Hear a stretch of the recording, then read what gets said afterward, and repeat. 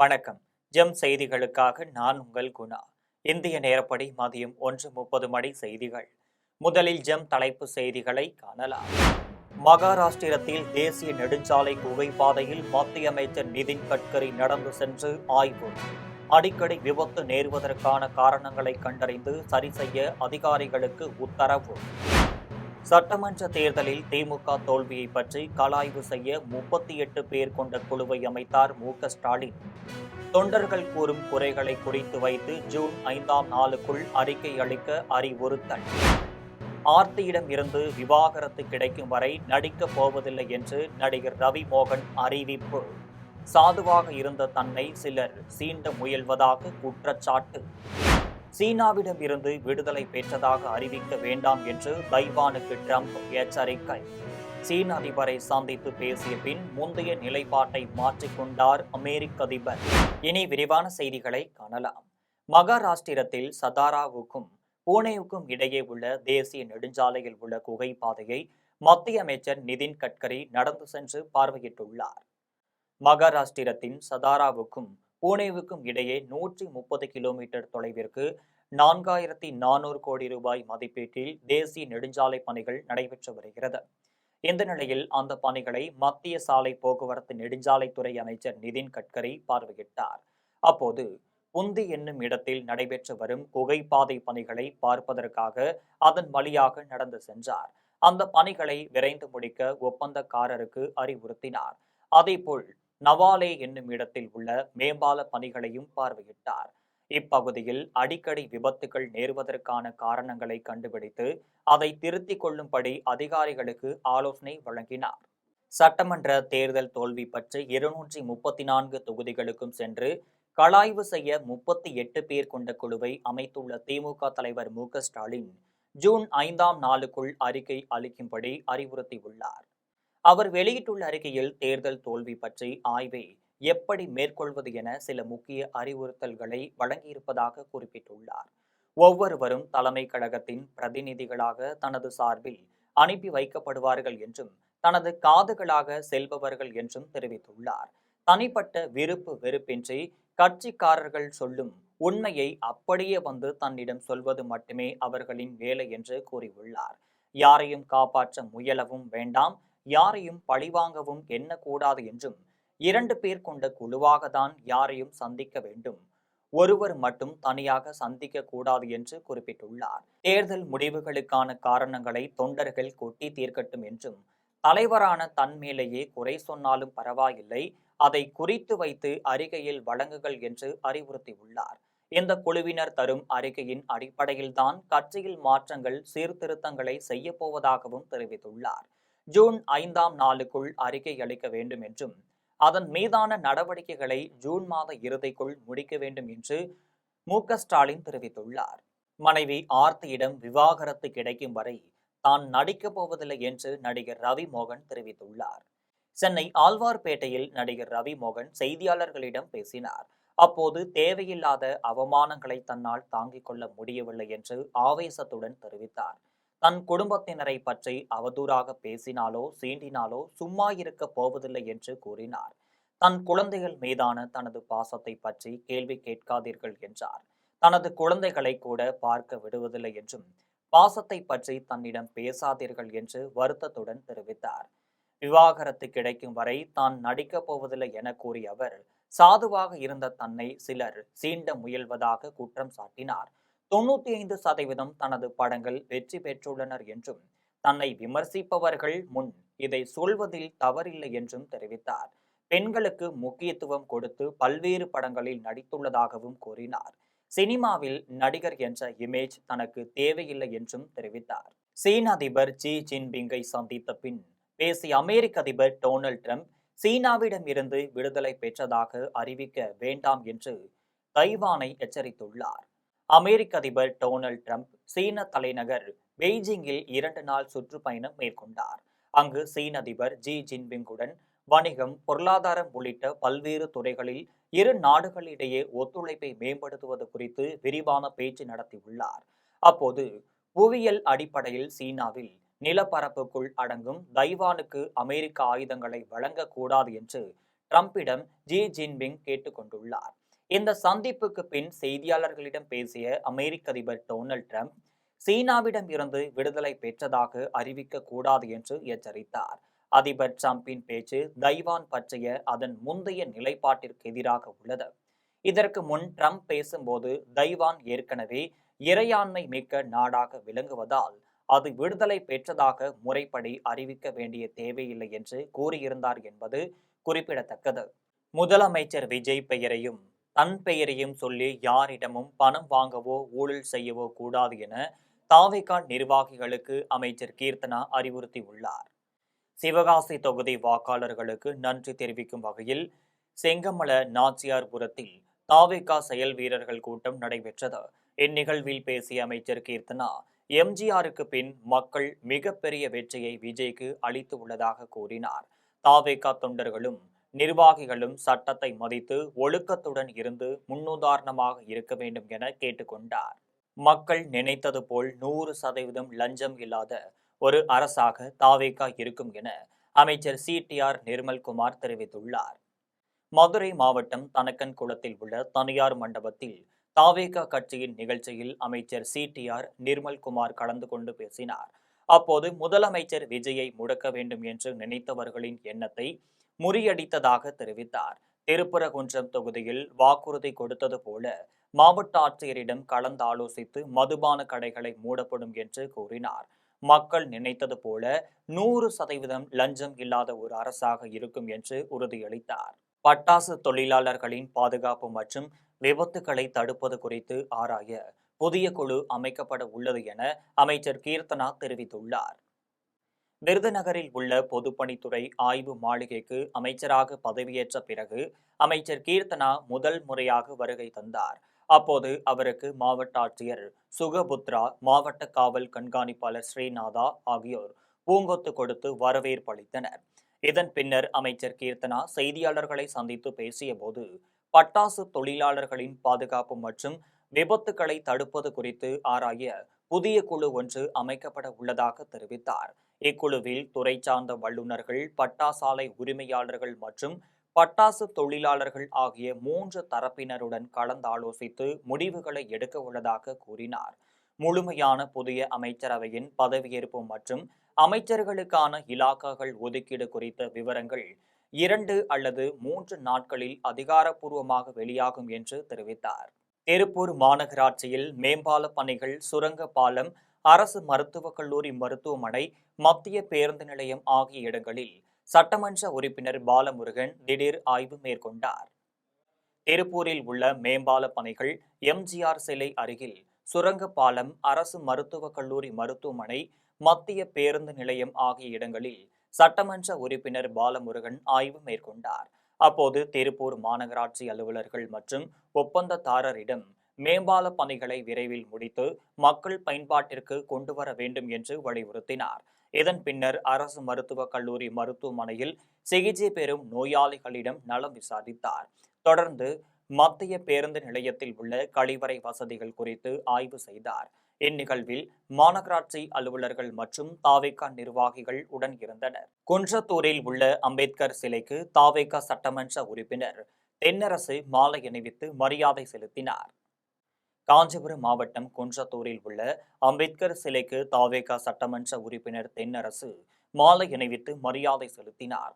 இதன் பின்னர் பொதுமக்களுக்கு அன்னதானம் வழங்கினார்.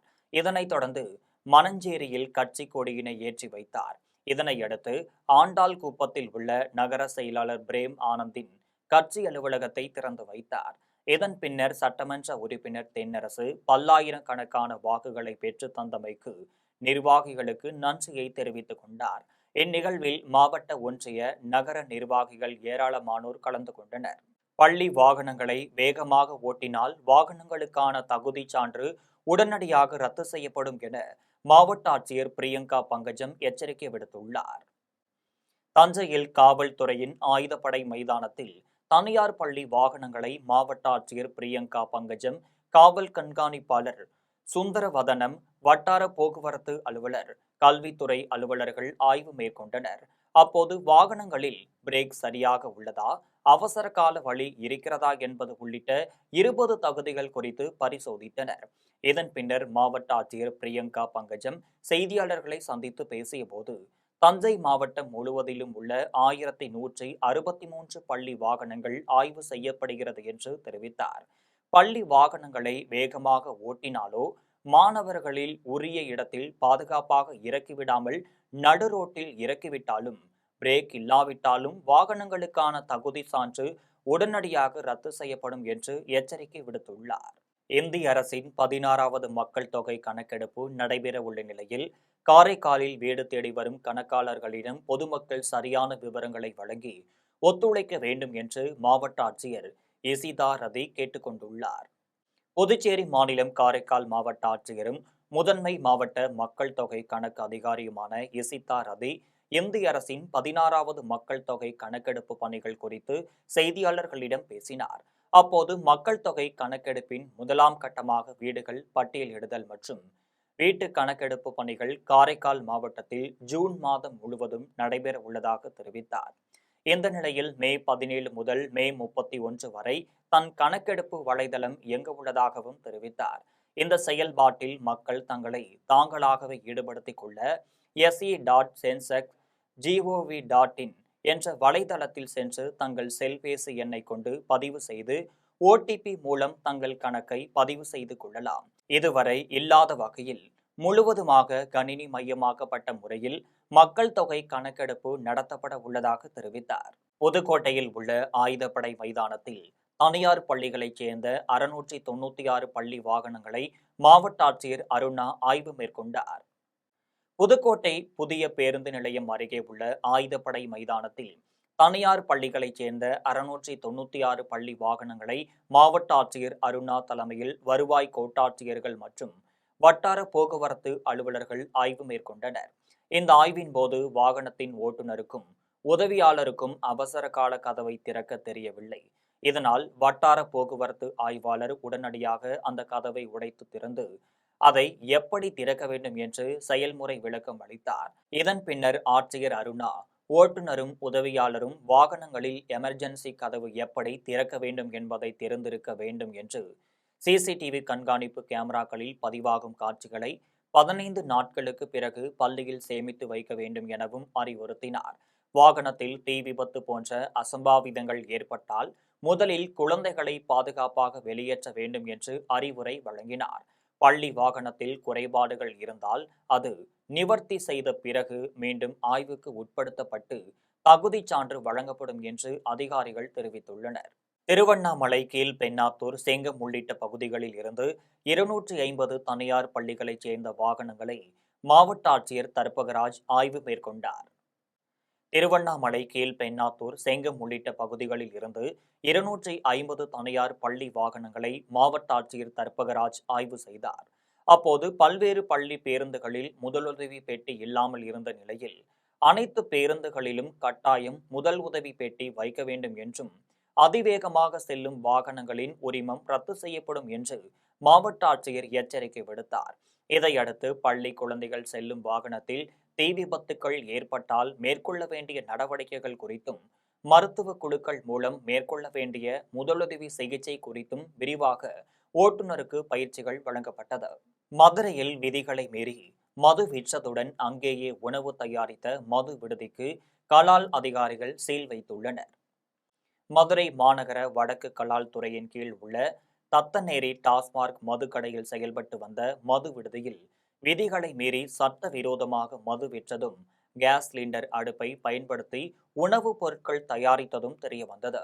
இதையடுத்து மதுரை கலால் துறை உதவி ஆணையர் பச்சமுத்து, டாஸ்மார்க் வடக்கு மேலாளர் ரமேஷ், வடக்கு கோட்ட கலால் அலுவலர் பிரேம் கிஷோர் ஆகியோர் அந்த மதுபான விடுதிக்கு சீல் வைத்துள்ளனர். புதுக்கோட்டையில் உள்ள அதிமுக மாவட்ட அலுவலகத்திற்கு புதிய மாவட்ட செயலாளர் பழனிவேல் வந்தபோது முன்னாள் அமைச்சர் விஜயபாஸ்கரின் ஆதரவாளர்கள் கோஷங்களை எழுப்பியதால் பரபரப்பு ஏற்பட்டது. தமிழக வெற்றிக் கழகத்திற்கு ஆதரவாக நம்பிக்கை எடுப்பு தீர்மானத்தில் வாக்களித்த 25 அதிமுக சட்டமன்ற உறுப்பினர்களின் கட்சி பதவியை அதிமுக பொதுச் செயலாளர் எடப்பாடி பழனிசாமி பறித்து அந்த பதவிக்கு புதிய நபர்களை நியமித்தார். இதனைத் தொடர்ந்து சட்டமன்ற உறுப்பினர் விஜயபாஸ்கரின் பதவி பறிக்கப்பட்டு அந்த பதவிக்கு வடக்கு மாவட்ட எம்ஜிஆர் இளைஞரணி மாவட்ட செயலாளராக இருந்த பழனிவேலை நியமனம் செய்தார். இதற்கிடையில் புதுக்கோட்டையில் உள்ள அதிமுக மாவட்ட அலுவலகத்திற்கு புதிய மாவட்ட செயலாளர் பழனிவேல் வருவதாக தகவல் பரவியது. தொடர்ந்து கட்சி பதவியிலிருந்து நீக்கப்பட்ட முன்னாள் அதிமுக அமைச்சர் விஜயபாஸ்கரின் ஆதரவாளர்கள் குவிந்தனர். சட்ட ஒழுங்கு பிரச்சனை ஏற்படும் நிலையில் இருந்ததால் காவல்துறையினர் உடனடியாக அதிமுக மாவட்ட அலுவலகத்தை பூட்டி அதன் சாவியை வருவாய்த்துறையினரிடம் ஒப்படைத்தனர். இதன் பின்னர் அந்த பகுதியில் 100க்கு மேற்பட்ட காவல்துறையினர் பாதுகாப்பு பணியில் ஈடுபடுத்தப்பட்டனர். இதனையடுத்து மாவட்ட செயலாளர் பழனிவேல் அதிமுக அலுவலகத்திற்கு வருகை தந்தபோது அலுவலகம் முன் கூடியிருந்த விஜயபாஸ்கரின் ஆதரவாளர்கள் கோஷங்கள் எழுப்பியதால் பரபரப்பு ஏற்பட்டுள்ளது. இதனைத் தொடர்ந்து 2 தரப்பையும் சமாதானம் செய்து காவல்துறையினர் அனுப்பி வைத்தனர். தென்காசி மாவட்டம் ஆலங்குளம் பேரூராட்சி தலைவர் பதவியிலிருந்து தகுதி நீக்கம் செய்யப்பட்ட சுதா மீண்டும் தலைவராக பொறுப்பேற்றுள்ளார். ஆலங்குளம் சிறப்பு நிலை பேரூராட்சி 7வது வார்டு உறுப்பினராக திமுகவை சேர்ந்த சுதா ஆலங்குளம் பேரூராட்சி தலைவராக இருந்தார். பேரூராட்சி செயல் அலுவலர் அறிவிப்பானை வழங்கியும் இவர் தனது சொத்துக்களுக்கு வரி செலுத்தாமல் இருந்துள்ளார். இது தொடர்பாக 9வது வார்டு கவுன்சிலர் சுபாஷ் சந்திரபோஸ் சொத்து வரியை உரிய காலத்திற்குள் செலுத்தாத சுதாவை வார்டு உறுப்பினர் தலைவர் ஆகிய 2 பதவிகளிலும் இருந்து நீக்க கோரி சென்னை உயர்நீதிமன்றத்தின் மதுரை கிளையில் வழக்கு தொடுத்திருந்தார். இந்த வழக்கை விசாரித்த நீதிமன்றம் சுதாவை 3 மாதத்திற்குள் தகுதி நீக்க உத்தரவிட்டது. நீதிமன்ற உத்தரவுப்படி ஆலங்குளம் பேரூராட்சி வார்டு உறுப்பினர் தலைவர் ஆகிய பதவிகளில் நீடிக்க சுதா தகுதி இழந்ததாக பேரூராட்சி செயல் அலுவலர் அக்டோபர் 21ஆம் தேதி உத்தரவிட்டார். இந்த உத்தரவை எதிர்த்து சுதா தென்காசி மாவட்ட முதன்மை நீதிமன்றத்தில் வழக்கு தொடுத்தார். வழக்கை விசாரித்த மாவட்ட முதன்மை நீதிமன்ற நீதிபதி ராஜவேல் வழக்கின் தீர்ப்பு வரும் வரை சுதா வார்டு கவுன்சிலர் தலைவர் பதவியில் தொடர்ந்து நீடிப்பார் என மார்ச் மாதம் உத்தரவிட்டார். நீதிமன்றம் உத்தரவிட்டதை அடுத்து சுதா பேரூராட்சி தலைவராக மீண்டும் பொறுப்பேற்றுக் கொண்டார். திருவாசக தெய்வீக மாநாடு ஜூலை மாதம் 25 மற்றும் 26 ஆகிய தேதிகளில் திருவண்ணாமலையில் நடைபெறும் என திருப்பெருந்துறை அடியார்கள் தலைவர் சிவகுமார் தெரிவித்துள்ளார். திருவண்ணாமலையில் திருப்பெருந்துறை அடியார்கள் குழு அலுவலகத்தில் குழுவின் தலைவர் சிவகுமார் செய்தியாளர்களை சந்தித்து பேசினார். திருவண்ணாமலை திருப்பெருந்துறை அடியார்கள் குழு மற்றும் தடம்பதிக்கும் தளிர்கள் அமைப்பு சார்பில் ஜூலை மாதம் 25 மற்றும் 26 ஆகிய தேதிகளில் திருவாசக தெய்வீக மாநாடு நடைபெற உள்ளது என்று தெரிவித்தார். இந்த 2 நாள் மாநாட்டில் தமிழகத்தில் உள்ள பல ஆன்மீக பெரியோர்கள், மடாதிபதிகள், ஆன்மீக குருக்கள் கலந்து கொண்டு பக்தர்களுக்கு அருளாசி வழங்க உள்ளதாக கூறினார். பேட்டியின் போது தடம்பதிக்கும் தளிர்கள் அமைப்பின் நிர்வாகிகள் திவ்யாஸ்ரீ, ரத்னா, செந்தில்குமார் ஆகியோர் உடன் இருந்தனர். வாழப்பாடியில் சரக்கு வாகனத்தின் மீது இருசக்கர வாகனம் மோதிய விபத்தில் இளைஞர் ஒருவர் சம்பவ இடத்திலேயே பரிதாபமாக உயிரிழந்தார். சேலம் மாவட்டம் துக்கியாம்பாளையத்தைச் சேர்ந்த அருண்குமார் என்பவர் வீட்டு சமையல் பொருட்கள் வாங்குவதற்காக வாழப்பாடியில் இருந்து வேலூர் நோக்கி இருசக்கர வாகனத்தில் சென்று கொண்டிருந்தார். அப்போது முன்னால் சென்ற சரக்கு வாகனத்தின் மீது அவரது இருசக்கர வாகனம் மோதி விபத்துக்குள்ளானது. இதில் அருண்குமார் தலையில் பலத்த காயம் ஏற்பட்டதால் சம்பவ இடத்திலேயே பரிதாபமாக உயிரிழந்தார். தகவல் அறிந்து சம்பவ இடத்திற்கு வந்த வாழப்பாடி காவல்துறையினர் அருண்குமார் உடலை மீட்டு வாழப்பாடி அரசு மருத்துவமனைக்கு உடற்கூராய்விற்காக அனுப்பி வைத்தனர். தொடர்ந்து இந்த சம்பவம் குறித்து வழக்கு பதிவு செய்து காவல்துறையினர் விசாரணை மேற்கொண்டு வருகின்றனர். இந்த சம்பவத்தால் அப்பகுதியில் பெரும் சோகத்தை ஏற்படுத்தியுள்ளது. கும்பகோணம் அருகே நாட்டு வெடி தயாரிக்கும் இடத்தில் வெடி விபத்து ஏற்பட்டதால் கட்டிடம் முற்றிலுமாக இடிந்து சேதமடைந்துள்ளன. தஞ்சாவூர் மாவட்டம் மணப்படையூரில் ஜேசுதாஸ் என்பவர் நாட்டு வெடி தயாரித்து வருகிறார். இங்கு 20ற்கு மேற்பட்ட பணியாளர்கள் பணியில் ஈடுபட்டு வருகின்றனர். இதில் கடந்த 9ஆம் தேதி வெடி விபத்து ஏற்பட்டு கட்டிடம் தரைமட்டமான நிலையில் தற்போது அதிக சத்தத்துடன் வெடி விபத்து ஏற்பட்டு மற்றொரு கட்டிடமும் தரைமட்டமானது. இதனையடுத்து சம்பவ இடத்திற்கு வந்த தீயணைப்புத் துறையினர் விரைந்து வந்து தீயை அணைத்தனர். அதிர்ஷ்டவசமாக இந்த வெடி விபத்தில் பெரும் உயிர் சேதம் ஏற்படாமல் தவிர்க்கப்பட்டது. இதையடுத்து சுவாமிமலை காவல்துறையினர் வழக்கு பதிவு செய்து விசாரணை மேற்கொண்டு வருகின்றனர். திருவொற்றியூரில் நடைபாதை வியாபாரிகளிடம் தினமும் பணம் வசூலித்து சீட்டு நிறுவனம் நடத்தி வந்த நபர் திடீரென தலைமறைவானதால் பாதிக்கப்பட்ட 100க்கும் மேற்பட்டோர் காவல் நிலையத்தை முற்றுகையிட்டதால் பரபரப்பு ஏற்பட்டது. சென்னை திருவொற்றியூர் அருகே தாங்கல் பகுதியில் தனியார் சீட்டு நிறுவனம் கடந்த 15 வருடங்களாக செயல்பட்டு வந்தது. இதில் அப்பகுதி வியாபாரிகள் தினமும் சேமித்து வைத்த பணத்தை கட்டி வந்துள்ளனர். இதையடுத்து வியாபாரிகள் நிறுவனத்தின் உரிமையாளர் செல்போனை அழைத்தபோது சுவிட்ச் ஆஃப் செய்யப்பட்டுள்ளதாகவும், பின்னர் நிதி நிறுவன அலுவலகத்திற்கு சென்று விசாரித்த போது அங்கு பணி செய்யும் ஊழியர்கள் அவர் எங்கு இருக்கிறார்கள் என்பது தெரியவில்லை என்று கூறியதால் அதிர்ச்சி அடைந்துள்ளனர். இதன் பின்னர் இது தொடர்பாக அனைவரும் திருவொற்றியூர் காவல் நிலையத்தில் புகார் அளித்தனர். ஒவ்வொருவரும் தங்கள் வருமானத்திலிருந்து லட்சக்கணக்கில் சேமிப்புக்காக சேர்த்து வைத்ததாகவும், தங்கள் பணத்தை மீட்டு தர வேண்டும் என்று கோரிக்கை விடுத்துள்ளனர். 3 கோடி ரூபாய் பண மோசடி என்பதால் காவல் ஆணையர் அலுவலகத்தில் புகார் அளிக்கும்படி அனுப்பிய நிலையில் அவர்கள் செய்வது அறியாது காவல் நிலைய வாசலில் நின்று தங்களுடைய பணத்தை மீட்டு தர வேண்டும் என்று கோரிக்கை வைத்தனர். திருவள்ளூர் மாவட்டம் பொன்னேரி அருகே விவசாய நிலத்தில் தாழ்வாக செல்லும் மின் கம்பிகளை இழுத்து கட்ட விவசாயிகள் கோரிக்கை விடுத்துள்ளனர். பொன்னேரி அடுத்த வன்னிப்பாக்கத்தில் வயல்வெளிகளில் மின் கம்பிகளுக்கு இடையே கம்பிகள் மிகவும் தாழ்வாக உள்ளது. இதனால் விவசாயிகள் மிகவும் அச்சத்தில் உள்ளனர். டிராக்டர்கள் உழும்போதும் நெல் அறுவடை இயந்திரங்கள் அறுக்கும் போதும் மின்கம்பியில் உராய்வது போல் உள்ளது. இந்த மின்கம்பிகளை இழுத்து கட்டுவதற்கு பலமுறை மீஞ்சூர் மின்வாரிய அலுவலகத்தில் புகார் தெரிவித்தும் இதுவரை எந்த ஒரு நடவடிக்கையும் எடுக்கவில்லை. இதனால் அதிகாரிகள் நேரில் சென்று பார்வையிட்டு உடனடியாக நடவடிக்கை எடுக்க வேண்டும் என விவசாயிகள் கோரிக்கை விடுத்துள்ளனர். நாங்கள் வன்னிப்பாக்கம் கிராமத்திலேருந்து பேசுகிறோம் சார். எங்கள் ஊரில் நான் ஒரு 10 ஏக்கரா பயிர் செய்கிறேன். இந்த பயிரில் குறைஞ்சபட்சம் பார்த்தீங்கன்னா தாழ்வாக லைன் மின் கம்பி மின் இணைப்பு ஓடின்னு இருக்கு. இது நம்ம மீஞ்சூர் அதிகாரிகள்கிட்ட நாங்கள் பலமுறை கோரிக்கை வச்சோம். அந்த கோரிக்கை ஒரு வாட்டி கூட அவங்க பார்க்கவும் பார்க்கல. அது மொத்தமே நிராகரிச்சா இருக்கிறாங்க. அறுவடை மிஷின் போனாலும் மிஷின் போக முடியல. ஏற்கனவே ஒரு வாட்டி அறுவடை மிஷின் போயிட்டு அந்த கரண்ட்ல மாட்டுற மாதிரி போயிட்டு அதுக்கப்புறம் நாங்கள் தப்பிச்சு எடுத்துன்னு வந்துட்டோம். அப்பவும் நாங்கள் சொன்னால் அவங்க தகுந்த ஒரு பதிலும் சொல்லலை. மறுபடியும் அந்த ஒயருங்களை வெளிச்சும் அவங்க கட்டலை. இதை நீங்கள் அதிகாரிங்க இதை எப்படியாவது சரி பண்ணீங்கன்னா எங்கள் விவசாயத்துக்கு ஆளுங்க வர்றதுக்கும் பயந்து நிற்கிறாங்க. அதனால இந்த ஒயருங்க கட்டினீங்கன்னா எங்களுக்கு உயிருக்கு ஒரு பாதுகாப்பாக இருக்கும், எங்களுக்கும் ஒரு நன்மையாக சேரும். விழுப்புரம் அதிமுக கட்சி அலுவலகத்தை திறவுகோல் சி.வி. சண்முகம் ஆதரவாளர்களிடம் இருந்து பெற்றுத்தர கோரி மாவட்ட செயலாளர் பசுபதி காவல் கண்காணிப்பாளரிடம் புகார் அளித்துள்ளார்.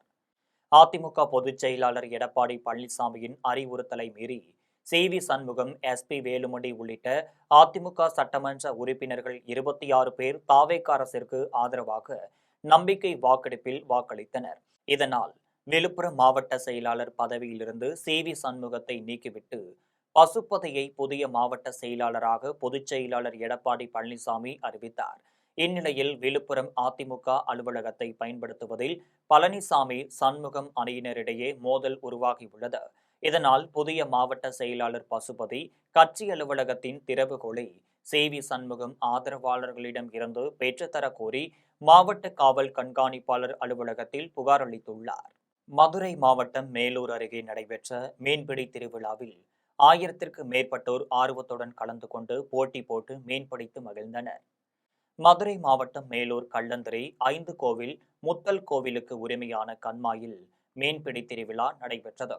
இதில் அழகர் கோவில், கீழ கள்ளந்திரை, தொப்பாளம்பட்டி, கீழையூர், கிளவளவு, அரித்தாம்பட்டி, கிடாரிப்பட்டி ஆகிய ஊர்களைச் சேர்ந்த ஏராளமானோர் கலந்து கொண்டனர். ஊர் பெரியவர்கள் கோவிலில் சாமி கும்பிட்டு வந்து மீன்களை பிடிக்க அனுமதி அளித்தவுடன் ஒன்று சேர கண்மாய்க்குள் இறங்கி பொதுமக்கள் தாங்கள் கொண்டு வந்திருந்த கைசால், ஊத்தா, கூடை ஆகியவை வைத்து மீன்களை பிடித்தனர். இதுபோன்ற மீன்பிடி திருவிழா நடத்துவதால் நல்ல மழை பொழிந்து பயிர் தொழில் செழிக்கும் என்பது இப்பகுதி மக்களின் நம்பிக்கையாக உள்ளது. சென்னை புது வண்ணாரப்பேட்டையில் வீட்டில் கஞ்சா செடி வளர்த்த பட்டதாரி இளைஞரை காவல்துறையினர் கைது செய்துள்ளனர். சென்னை புது வண்ணாரப்பேட்டை வ.உ.சி. நகரைச் சேர்ந்த எட்வின் ஜார்ஜ் பிகாம் படித்துவிட்டு சோழிங்கநல்லூரில் உள்ள தனியார் நிறுவனத்தில் பணிபுரிந்து வருகிறார். திருமணமாகி மனைவியை பிரிந்து தனது தந்தையுடன் குடியிருந்து வருகிறார். தந்தையுடன் ஏற்பட்ட தகராறில் அவர் தாய் கொளத்தூரில் உள்ளார். இந்த நிலையில் எட்வின் ஜார்ஜ் வீட்டின் மாடத்தில் கஞ்சா செடி வளர்ப்பதாக காவல்துறையினருக்கு தகவல் கிடைத்தது. அங்கு சென்ற காவல்துறையினர் கஞ்சா செடி வளர்த்திருந்ததை பார்த்து அதிர்ச்சியடைந்தனர். அதன் பின்னர் செடியையும் அழித்து எட்வினை கைது செய்தனர். விருத்தாச்சலம் வட்டார போக்குவரத்து அலுவலகம் சார்பில் தனியார் பள்ளி கல்லூரி பேருந்துகளின் உறுதித்தன்மை குறித்து ஆய்வு மேற்கொள்ளப்பட்டது. கடலூர் மாவட்டம் விருத்தாச்சலம் வட்டார போக்குவரத்து அலுவலகம் சார்பில் பெண்ணாடம், திட்டக்குடி, வேப்பூர் தனியார் பள்ளி கல்லூரிகளின் பேருந்துகளில் ஆய்வு மேற்கொள்ளப்பட்டது. விருத்தாச்சலம் கோட்டாட்சியர் விஷ்ணுபிரியா ஆய்வு மேற்கொண்டார். இந்த ஆய்வின் போது அனைத்து வாகனங்களிலும் கேமரா, தீயணைக்கும் கருவிகள், அவசர கதவு ஆகியவை உள்ளதா என ஆய்வு செய்தனர். உடன் விருத்தாச்சலம் வட்டார போக்குவரத்து அலுவலர் பெரியசாமி, காவல் ஆய்வாளர் பிரதாப் ஆகியோர் இருந்தனர். மொத்தம் 484 வாகனங்கள் ஆய்வு செய்யப்பட்டது. கோவையில் நள்ளிரவில் போதையில் ஆட்டம் போடுவதுடன் பைக் ரேஸ் நடத்தி அட்டூழியம் செய்வது அதிகரித்துள்ளது. இது தொடர்பான வீடியோக்கள் வைரலாகி உள்ளது. கோவை சிட்ராவில் தனியார் மருத்துவமனைக்கு எதிரே நள்ளிரவில் இளைஞர்கள் மது போதையில் வாகனங்களை நடுசாலையில் நிறுத்தி வைத்து கூச்சலிட்டு ஆட்டம் போட்டனர். இதனால் அவசர சிகிச்சைக்காக வரும் ஆம்புலன்ஸ்கள் மற்றும் நோயாளிகளுக்கு பெரும் இடையூறு ஏற்பட்டது. இதனை கண்ட வாகன ஓட்டிகள் அச்சத்துடன் அந்த பகுதியை விட்டு விரைவாக சென்றனர். இதேபோல் கவுண்டம்பாளையத்தில் இளைஞர்கள் மாற்றி அமைக்கப்பட்ட சைலன்சர்களுடன் பைக்குகளை இயக்கி அதிக சத்தத்துடன் ஆபத்தான முறையில் பைக் ரேஸ் மற்றும் வீலிங் போன்ற செயல்களில் ஈடுபட்டனர். இந்த சம்பவங்களில் வீடியோ காட்சிகள் சமூக வலைதளங்களில் வைரலாகி பரவி பொதுமக்களிடையே கடும் எதிர்ப்பை கிளப்பியுள்ளது. இத்தகைய செயல்களில் ஈடுபடுவோருக்கு எதிராக கடுமையான நடவடிக்கை எடுக்க வேண்டும் என பொதுமக்கள் கோரிக்கை விடுத்துள்ளனர். மயிலாடுதுறை அருகே அகர ஆதனூர் புற்றடி மாரியம்மன் கோவில் தீமிதி திருவிழாவில் ஏராளமானோர் கை குழந்தைகளை தூக்கி கொண்டு தீமிதித்து நேர்த்திக்கடன் செலுத்தினர். மயிலாடுதுறை மாவட்டம் தரகம்பாடி வட்டம் அகர ஆதனூர் பூச்சடி மாரியம்மன் கோவிலில் மே முதல் நாள் பூச்சொரிதலுடன் காப்பு கட்டி விழா தொடங்கியது. நாள்தோறும் அம்மனுக்கு அபிஷேக ஆராதனைகள் நடைபெற்று சிறப்பு அலங்காரத்தில் வீதி உலா நடைபெற்றது.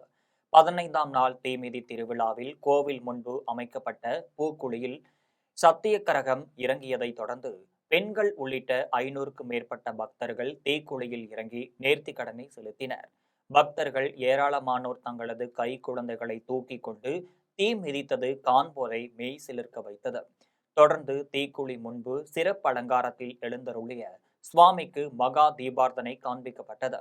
பெண்கள் மாவிளக்கு தீபமிட்டு அம்மனை வழிபட்டனர். கொடியாத்தம் ஸ்ரீ கெங்கையம்மன் கோவில் சிரசு திருவிழாவில் 80 டன் குப்பைகளை ஒரே இரவில் அகற்றிய தூய்மை பணியாளர்கள் நகராட்சி தலைவர் சவுந்தரராஜன் நேரில் சந்தித்து பாராட்டுகளை தெரிவித்துக் கொண்டார். வேலூர் மாவட்டம் குடியாத்தத்தில் உள்ள கெங்கையம்மன் கோவிலில் சிரசு திருவிழா நடைபெற்றது.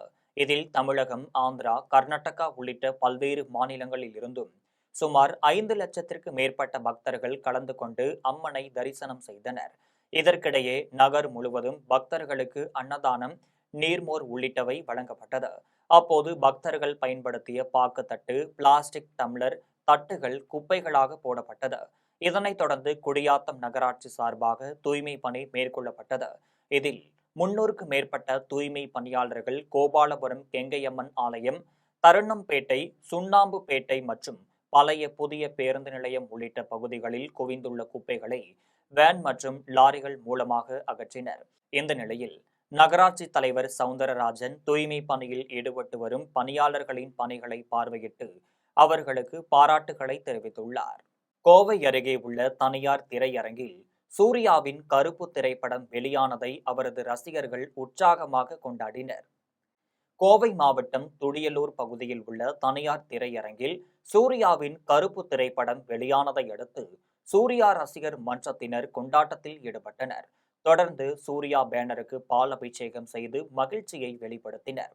மேலும் பட்டாசு வெடித்து கொண்டாட்டத்தில் ஈடுபடும் போது ரசிகர் ஒருவர் ஆபத்தான முறையில் பட்டாசை கையில் பிடித்தவாறு சுழற்றினார். இதனால் அப்பகுதியில் பெரும் பரபரப்பு ஏற்பட்டது.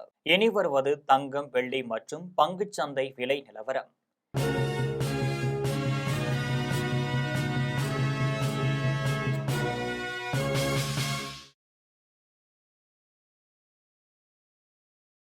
சென்னையில் ஆபரண தங்கம் இன்று ஒரு சவரன் 1,18,000 ரூபாய்க்கு விற்பனை செய்யப்படுகிறது. சென்னையில் இன்று ஆபரண தங்கத்தின் விலை கிராமிற்கு 15 ரூபாய் குறைந்து 14,750 ரூபாய்க்கு விற்பனை செய்யப்படுகிறது. மேலும் ஒரு சவரன் 120 ரூபாய் குறைந்து 1,18,000 ரூபாய்க்கு விற்பனை செய்யப்படுகிறது. 24 கேரட் தூய தங்கம் ஒரு சவரன் 1,28,728 ரூபாய்க்கு விற்பனை செய்யப்படுகிறது. மேலும் 1 கிராம் வெள்ளி 290 ரூபாய்க்கும் 1 கிலோ வெள்ளி 2,90,000 ரூபாய்க்கும் விற்பனை செய்யப்படுகிறது. மீண்டும் ஜெம் தலைப்பு செய்திகள். மகாராஷ்டிரத்தில் தேசிய நெடுஞ்சாலை குகை பாதையில் மத்திய அமைச்சர் நிதின் கட்கரி நடந்து சென்று ஆய்வு. அடிக்கடி விபத்து நேருவதற்கான காரணங்களை கண்டறிந்து சரி செய்ய அதிகாரிகளுக்கு உத்தரவு. சட்டமன்ற தேர்தலில் திமுக தோல்வியை பற்றி கலாய்வு செய்ய 38 பேர் கொண்ட குழுவை அமைத்தார் மு.க. ஸ்டாலின். தொண்டர்கள் கூறும் குறைகளை குறித்து வைத்து ஜூன் 5ஆம் நாளுக்குள் அறிக்கை அளிக்க அறிவுறுத்தல். ஆர்த்தியிடம் இருந்து விவாகரத்து கிடைக்கும் வரை நடிக்கப் போவதில்லை என்று நடிகர் ரவி மோகன் அறிவிப்பு. சாதுவாக இருந்த தன்னை சிலர் சீண்ட முயல்வதாக குற்றச்சாட்டு. சீனாவிடம் இருந்து விடுதலை பெற்றதாக அறிவிக்க வேண்டாம் என்று தைவானுக்கு ட்ரம்ப் எச்சரிக்கை. சீன அதிபரை சந்தித்து பேசிய பின் முந்தைய நிலைப்பாட்டை மாற்றிக்கொண்டார் அமெரிக்க அதிபர். இத்துடன் ஜெம் செய்திகள் நிறைவடைகின்றன. மீண்டும் ஜெம் செய்திகள் மாலை 6 மணிக்கு. உடனுக்குடன் செய்திகளை காண gemlive.tv என்ற இணையதளத்தில் இணைந்திருங்கள். நன்றி, வணக்கம்.